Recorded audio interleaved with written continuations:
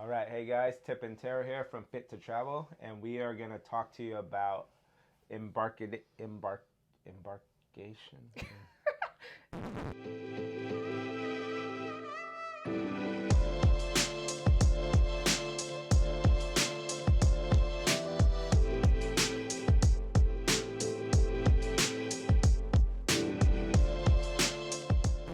Embarkation, I think. Embarkation Day on the Royal Caribbean going out of Seattle to Alaska. We want to show you guys, we got a bunch of clips and just kind of talk to you about our experience and what it's like getting on, and then also kind of comparing it to going out of Fort Lauderdale and Puerto Rico, and just kind of give you guys a idea of what we've experienced when we've done that. We drove up from Portland, and then we drove up from Portland to Seattle, which is about a 3-hour drive. Yeah, I booked the Seattle Cruise Park, I believe it's called. So you can reserve your parking ahead of time, and they have a shuttle that takes you right to the cruise terminal. So I did that, and it was like $167 for the whole week or something like that. So for 7 nights. Monday to Monday. Yeah. So that's pretty good. And we had no issues with them. Everything was fast. They dropped us right off at the terminal. We got in line. They have a shuttle, right? I don't know if you mentioned that. Yeah. Okay, yeah. So you just get in, they take your car, take your keys, and then you just go in the shuttle, and it was maybe a 5-minute drive. Yeah, it's really close. Yeah. They say it's 10 minutes online, but it was like 5. And they just drop you right at the front with your bags and everything, so you can just kind of hop right in line. So we, our check-in time, now this is new, I believe, since COVID. You have a check-in time throughout the day, and so our check-in time wasn't until 2. Since we were driving up, we weren't sure how early we would get here or get to Seattle. And we got to the cruise terminal at like 1:10. Yeah. And so the line was pretty long outside. So we were like, well, let's just get in line, even though we were a little bit early. And they never really ever checked our time for check-in either. And by the time we actually got into the once you go through all of the steps of checking your passport, then you go through security, and then you go through the check-in process, it was actually like 2:10. Yeah, it was actually like already been an hour. So it was technically already our time. So I don't know if they are pretty strict on the check-in time. I'm assuming that they don't want too many people crowding earlier right away.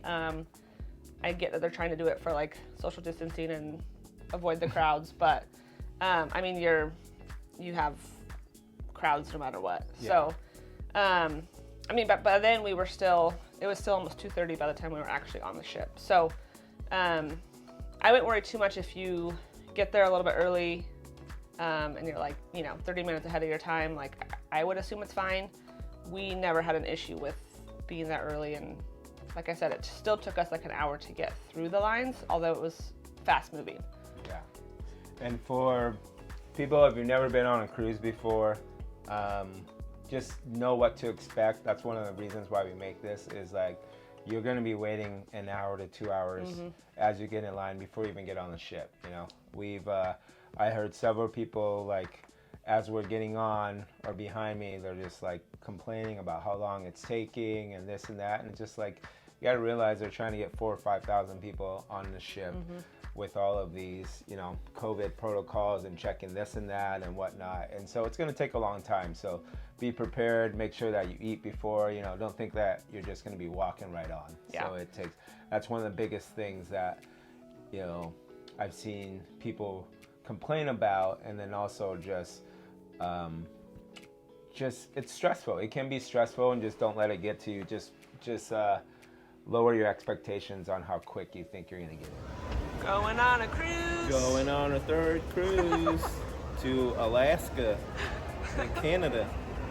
So this counts as international. International. Oh, you're not going to like it. More lines.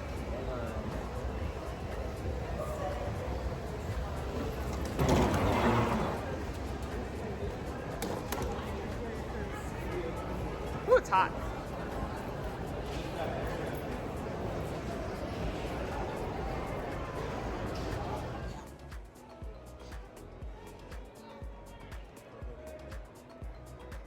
So now that you're on that side, come over to this side.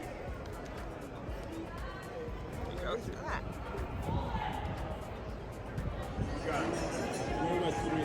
Three? Yeah. Right behind these guys, right here, straight ahead.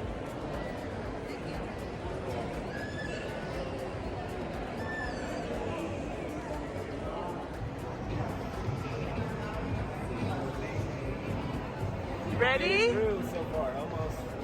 Oh shit! It's a birthday. Oh shit. Happy birthday.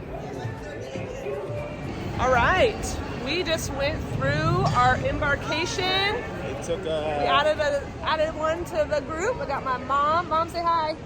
Hi. We're heading to Alaska.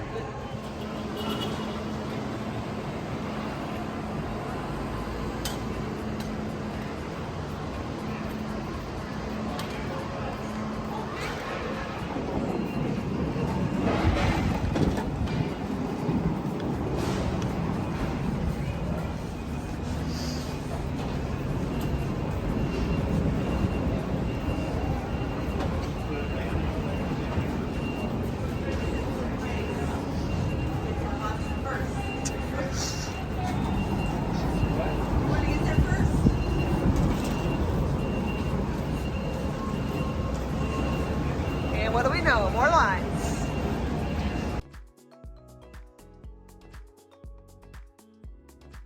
Say that. So our two other cruises we've gone out of. It's been the Caribbean, so we've gone out of Fort Lauderdale and then also Puerto Rico, and both of those embarkation days were a total show. Yeah, it was like mayhem going on. So this one was like calm. The lines kept moving, like you weren't standing in one spot for too long. They had everything organized. This was the smoothest one that we've had. So I don't know if that's partially due to the time slots, partially just a different cruise line, because this is our first time on Royal Caribbean, so we don't know either. But it was the best embarkation day for sure. Yeah, because, one of the things that you experienced when you were in Puerto Rico or Fort Lauderdale, there's a lot of people there that, they don't actually like work for the cruise line, I don't think, but they were like, they try to help you with your bags, and then you got to pay them, or they want you to pay them and tip them and that type of stuff to like move your bags up for you or carry them for you, and we didn't experience that at all here at this one. Well, and on those previous ones, we experienced people like trying to like almost pay to cut the line and that kind of stuff. And I know you can upgrade to get on the boat quicker, and you don't have to go through all the lines. But that's different than the day of the cruise, just trying to like give somebody some money and then get on. And that is an option too on the Royal Caribbean embarkation day. If you want to upgrade so you don't have to wait in the lines, that's an option. I think it is limited, so you want to do that as soon as possible. But again, if you're not doing that, like give yourself an hour and a half, and you'll be on the ship and everything will be good to go. Yeah.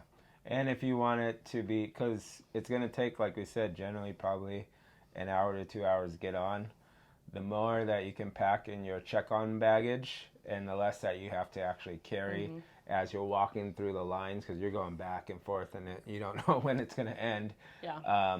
The less that you have, the better it's going to be for you, just because it's you just got to buckle down and wait. There's no way around it.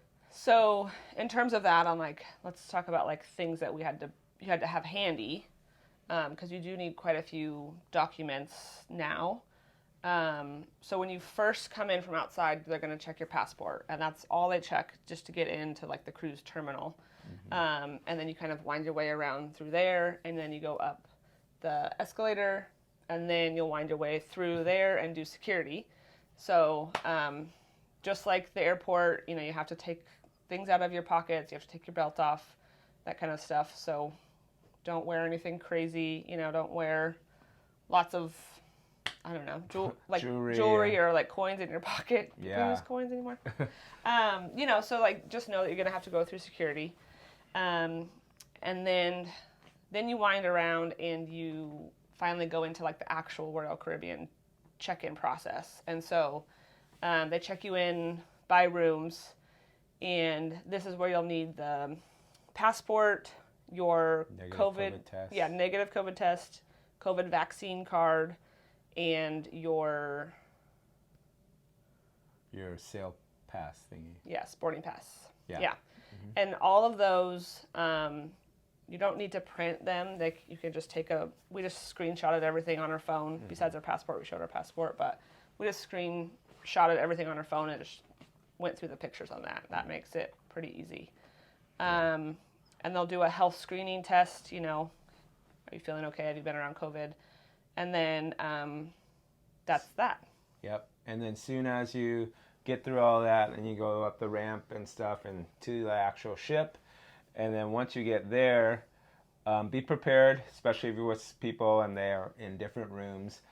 The way they do the safety safety briefing and the muster type stuff or whatever is different than what we used to experience on the other ones. Before, they used to have like a half hour, 45-minute meeting, like after you set sail, you would go into a group, and then there'd be like, I don't know, 100, 200 people in like a room, and then they would give you the safety briefing.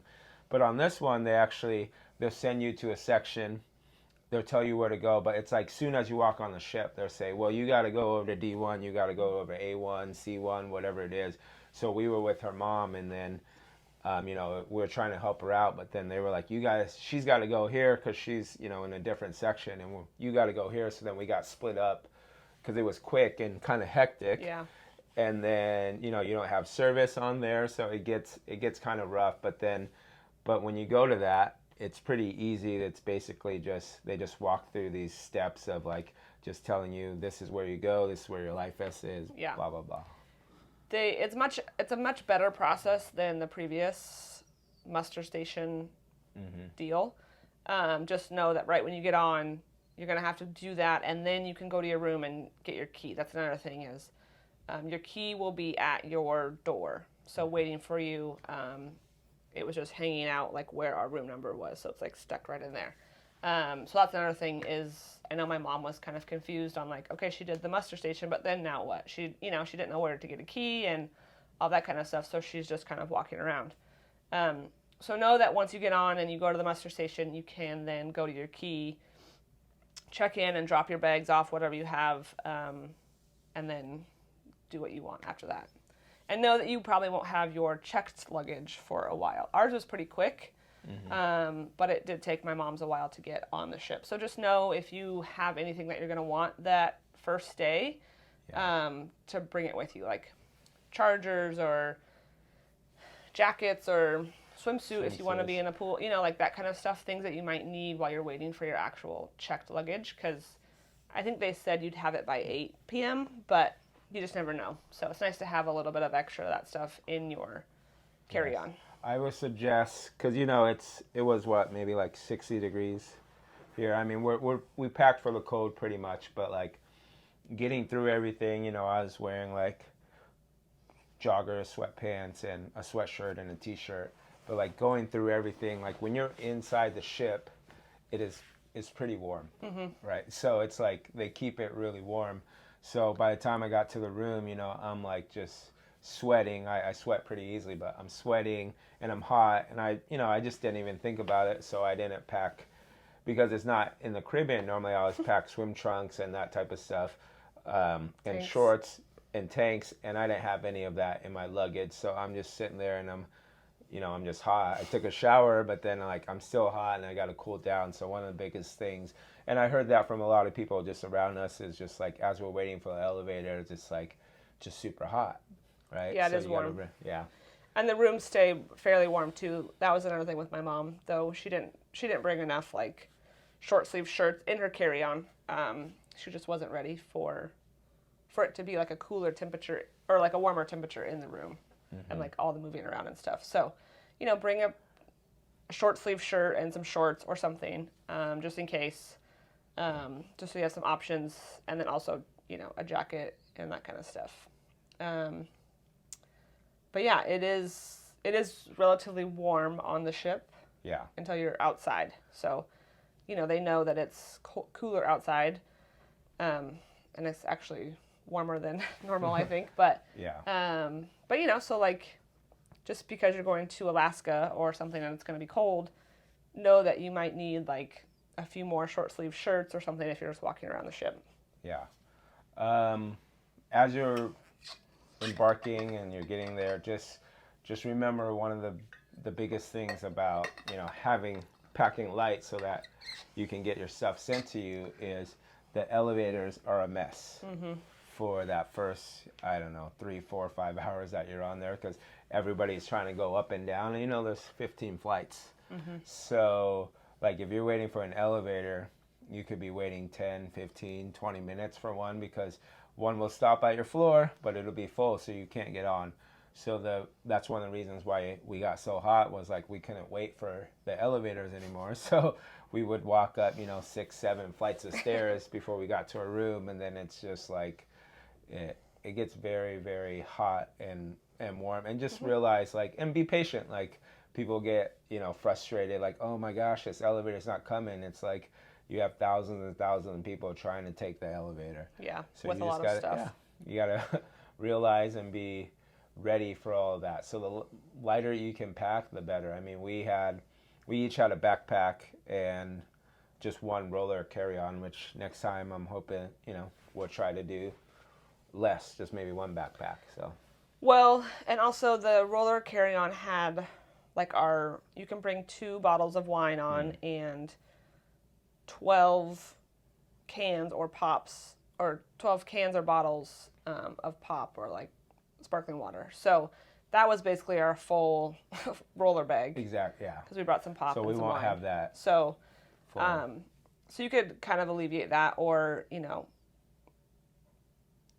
if you don't need that or whatever, it's kind of choose what you want. But, yeah, I mean, we have a lot of electronics and stuff, so that limits our paring down. But yeah.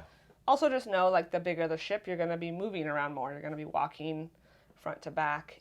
Even if you're taking the elevators a lot, there's a lot of walking. So that kind of keeps your core temperature higher too. Yeah.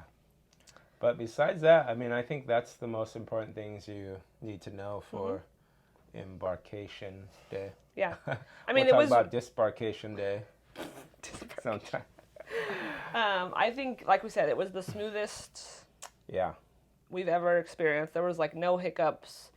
Everyone's friendly. Yeah, Even the people were all very friendly at the cruise terminal and helpful. Like, even though it took a while, I mean, we kind of expected that, and it wasn't like you were just not moving and just sitting in one spot for a long time. So, yeah, I think they did a great job there. Yeah.